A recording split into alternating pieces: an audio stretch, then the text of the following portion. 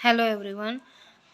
पिछले वीडियो में मैंने आनंद हिंदी पाठमाला ये टेक्स्ट बुक में से मैंने अ से ऋषि तक का पोयम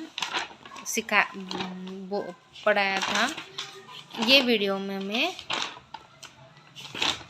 देखिए ये सब आज मैंने कंप्लीट किया। ये वाला अ से ऋषि तक का मैंने ये पोयम पढ़ाया था। आज मैं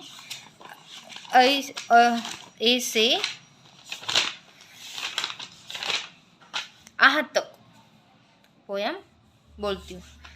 ऐसे एक ऐसे ऐनक देश की रक्षा करते सैनिक, ओ से ओखली अन्न कुटाए, औ से औरत शान बढ़ाए, अंग से अंगूर बड़े रसीले, हरे हरे और काले पीले, आहा से रह जाती है खाली, आओ मिलकर बजाए ताली।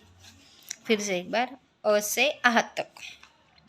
अ से एक ऐसे ऐनक देश की रक्षा करते सैनिक, ओ से ओखली अन्न कुटाए, औ से औरत शान बढ़ाए, अन से अंगूर बड़े रसीले, हरे हरे और काले पीले, आह रह जाता है खाली, आओ मिलकर बजाए ताली।